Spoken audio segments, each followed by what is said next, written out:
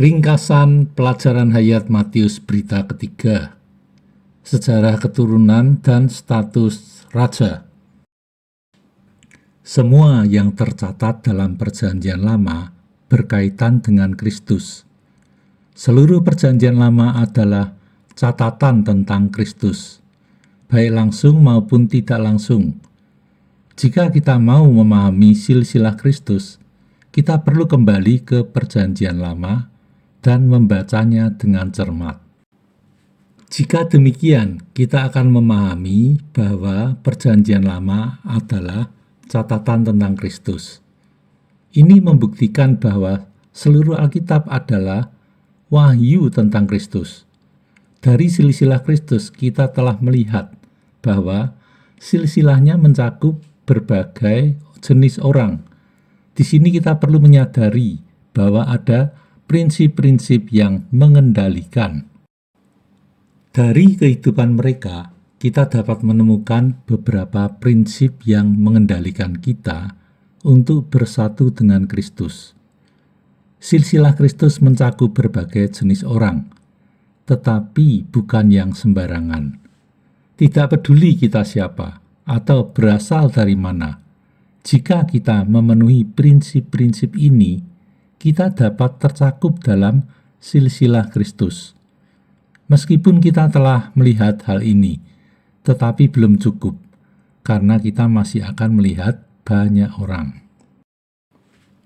Tamar berhubungan sumbang dengan ayah mertuanya dan mengandung. Dari segi moral, ini menyedihkan. Dari segi etika, ini mengerikan. Tidak ada orang yang dapat membenarkan hal ini.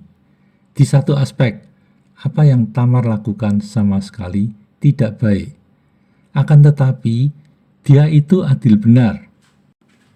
Kesalahan bukan di pihaknya, melainkan di pihak ayah mertuanya.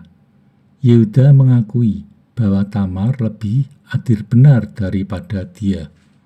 Meskipun Tamar mungkin bertanggung jawab sampai tahap tertentu, tetapi dia itu adil benar, karena dia memiliki hati untuk hak kesulungan. Pada zaman Tamar, hak kesulungan itu besar maknanya. Hak kesulungan mencakup dua bagian tanah, jabatan imam dan jabatan raja. Tanah adalah Kristus. Bagian ganda atas tanah adalah kenikmatan atas Kristus yang bukan biasa dan umum, melainkan kenikmatan atas Kristus yang khusus.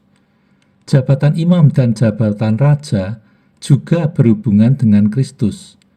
Karena setelah generasi Abraham, hak kesulungan sepenuhnya adalah perihal mewarisi Kristus. Efesus pasal 2 ayat 12 memberitahu kita bahwa ketika kita tidak percaya, kita tanpa Kristus.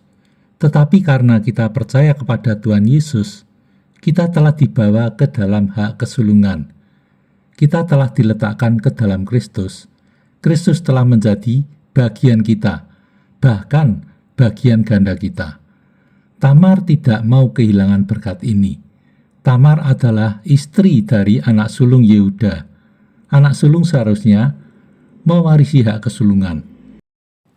Tetapi suami Tamar itu jahat dalam pandangan Tuhan, sehingga Tuhan membunuh dia, juga membunuh anak kedua Yehuda. Menurut peraturan kuno, Yehuda seharusnya mengatur anaknya yang ketiga untuk menikahi Tamar, agar melahirkan anak untuk mewarisi hak kesulungan. Tetapi Yehuda tidak memenuhi tanggung jawab ini. Pada satu aspek, dapat dikatakan bahwa Yehuda menipu Tamar, tetapi Tamar tidak menyerah. Dia bahkan menggunakan berbagai cara untuk mendapatkan hak kesulungan. Dalam catatan ilahi Alkitab, nama Tamar bukanlah nama buruk. Dalam kitab Rut, pasal 4 ayat 12 menunjukkan bahwa nama Tamar dihormati.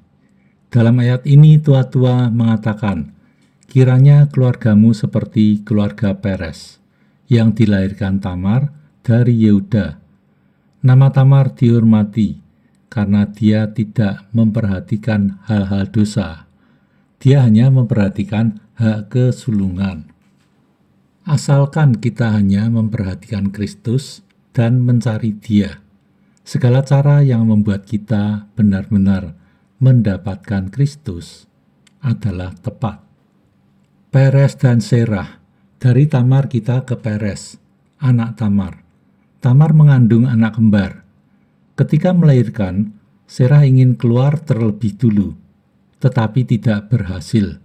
Dia mengulurkan tangannya dan ibu bidan memberikan tanda dengan benang merah, menunjukkan bahwa dia akan menjadi anak sulung. Akan tetapi, Peres lahir terlebih dulu, menjadi yang sulung. Ini adalah contoh yang baik bagaimana memperoleh hak kesulungan. Peres mewarisi hak kesulungan, bukan dipilih oleh manusia, tetapi diutus oleh Allah. Ini membuktikan bahwa bukan tergantung pada usaha manusia, tetapi tergantung pada pilihan Allah. Pada aspek kisah sang ibu, kita seharusnya mendambakan hak kesulungan dan berusaha sekuatnya untuk mendapatkannya. Pada aspek kisah sang anak, mungkin kita berusaha sekuatnya untuk mendapatkan hak kesulungan. Tetapi sebenarnya ini adalah pilihan Allah, bukan usaha kita. Semua orang yang diselamatkan adalah orang yang dipilih, yang ditentukan oleh Allah sebelum dunia dijadikan.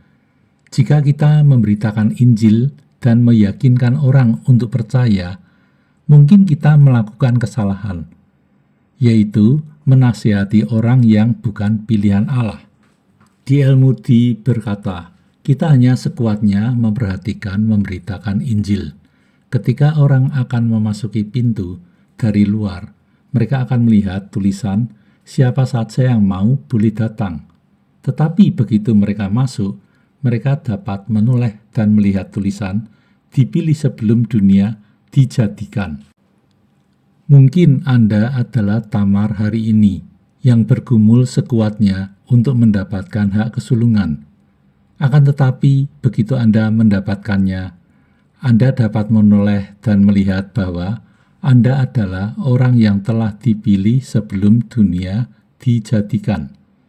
Hak kesulungan bukan tergantung pada kita, tetapi pada pilihannya.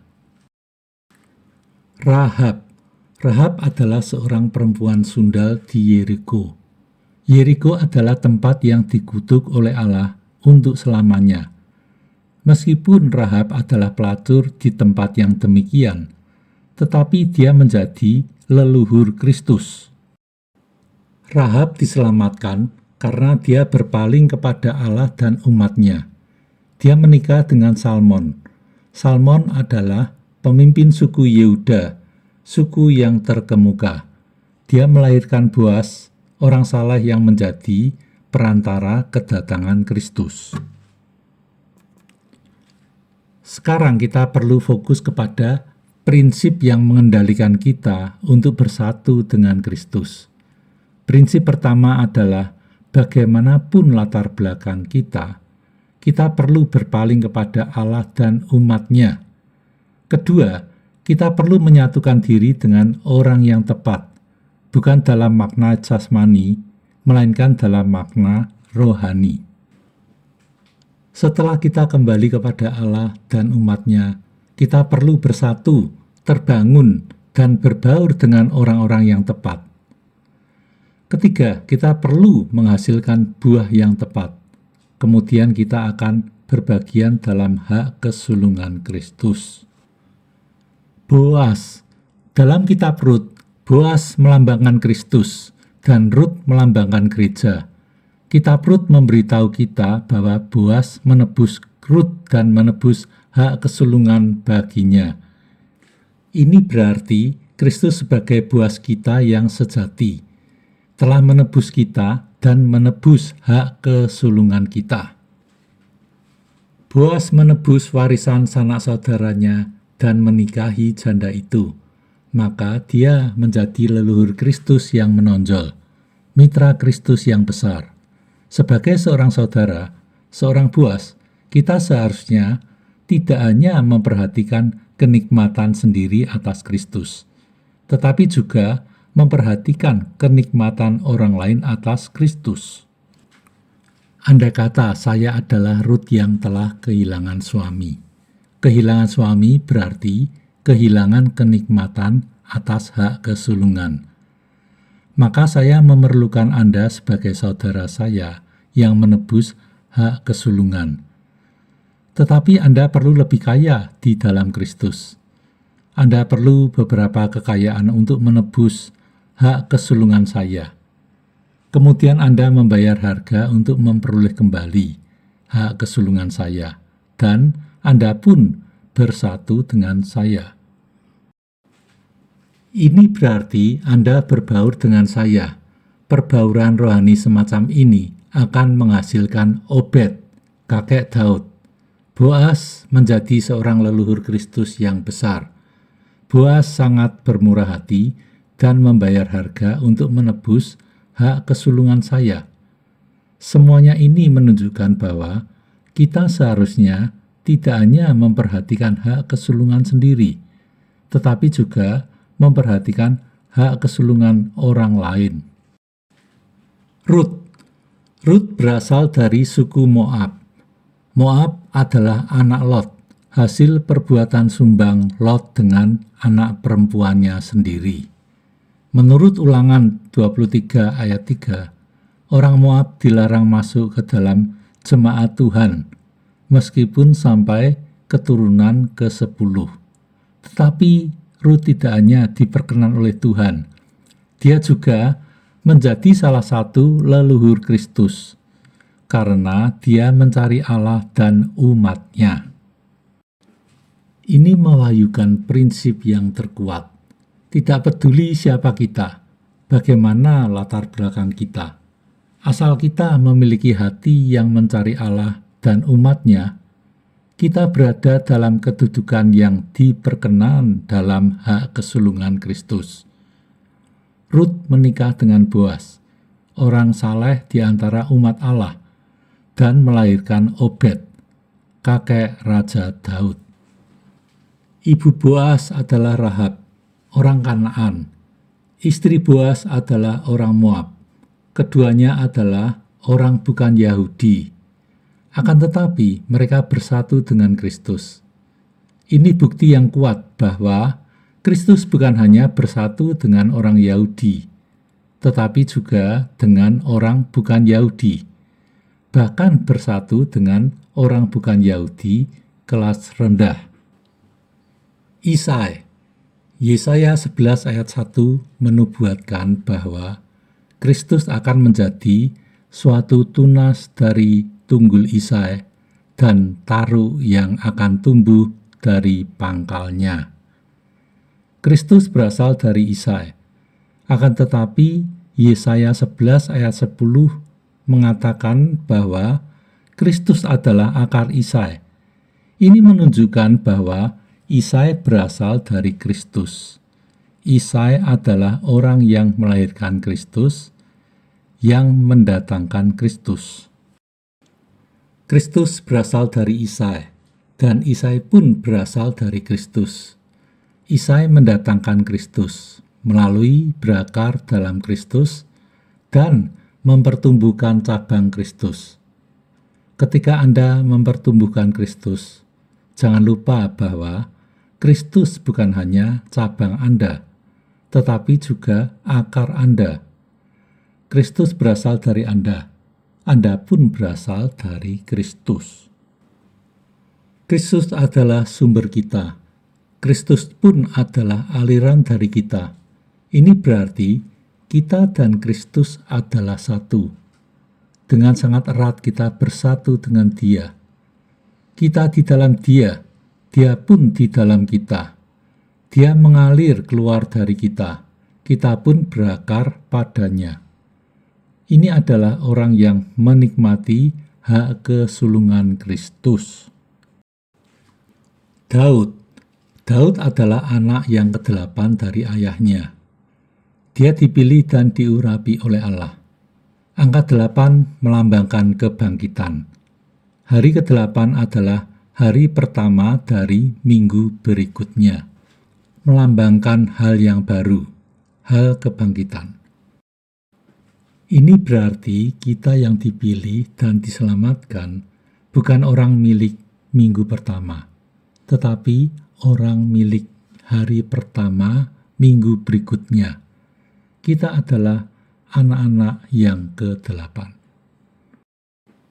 Daud adalah generasi yang terakhir dari generasi nenek moyang, yang berjumlah 14 generasi. Dalam silsilah ini, hanya Daud yang disebut raja, karena melalui dia, kerajaan dan jabatan raja didatangkan. Dia juga adalah generasi yang pertama dari generasi raja-raja. Dia adalah penutup satu zaman dan pembuka zaman berikutnya. Dia menjadi tanda batas dua zaman itu karena dia mendatangkan kerajaan Allah dan berhubungan erat dengan Kristus. Jika kita mau menikmati kelimpahan Kristus, seringkali kita perlu mengakhiri semacam situasi dan memulai semacam situasi yang lain. Kita perlu memiliki orang yang mengakhiri zaman nenek moyang dan memulai zaman raja-raja. Daud adalah orang yang berkenan di hati Allah. Dalam seumur hidupnya, Daud melakukan satu kesalahan besar. Dia membunuh seorang dan mengambil istrinya. Alkitab mengatakan bahwa Daud dalam seumur hidupnya melakukan apa yang benar di mata Tuhan, kecuali dalam satu hal itu. Istri Uria. Daud membunuh Uria dan mengambil istrinya, Batseba. Batseba adalah istri orang Het, orang bukan Yahudi. Salomo. Setelah ditegur, Daud bertobat. Mazmur 51 adalah mazmur penyesalan Daud. Daud bertobat dan Allah mengampuni dia. Ada pertobatan, juga ada pengampunan. Ada tiga hal di sini: pelanggaran, pertobatan, dan pengampunan. Jika kita menjajarkan tiga hal ini, hasilnya adalah Salomo. Pertama-tama ada pelanggaran dan pertobatan ditambah pengampunan. Kemudian ada Salomo, yaitu orang yang membangun bait Allah. Di sini kita melihat dua macam gabungan. Pertama adalah gabungan antara Daud dengan Batseba. Kedua adalah gabungan rohani, yaitu gabungan pelanggaran dan pertobatan Daud dengan pengampunan Allah. Gabungan semacam ini melahirkan seorang yang bernama Salomo, yang membangun bait Allah. Gereja selalu dibangun melalui orang semacam Salomo. Dia adalah hasil dari pelanggaran dan pertobatan manusia ditambah pengampunan Allah. Nama Salomo berarti damai, tetapi Salomo masih memiliki nama lain, Yedija, berarti yang dikasihi Tuhan. Bagi kita, Salomo berarti damai, tetapi bagi Tuhan berarti yang dikasihi Tuhan.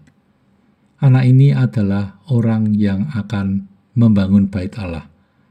Bait ini adalah gereja hari ini. Ayat-ayat dalam silsilah Kristus adalah ayat-ayat yang sangat sulit. Ayat-ayat ini bukan susu atau daging, melainkan tulang. Jika kita meluangkan waktu 1-2 jam mendoakan ayat-ayat ini dan butir-butir yang dibicarakan dalam berita ini, kita akan melihat lebih banyak. Kita akan melihat bahwa kita perlu menjadi orang yang memiliki hati yang sungguh-sungguh mencari Allah dan umat-Nya. Lalu kita akan menjadi Boas, Rut, Obed, Isai, Daud hari ini. Akhirnya menjadi Salomo hari ini yang membangun rumah Allah. Demikianlah ringkasan pelajaran hayat Matius berita ketiga. Berita selanjutnya kita akan membahas silsilah Kristus pada bagian akhir. Amin.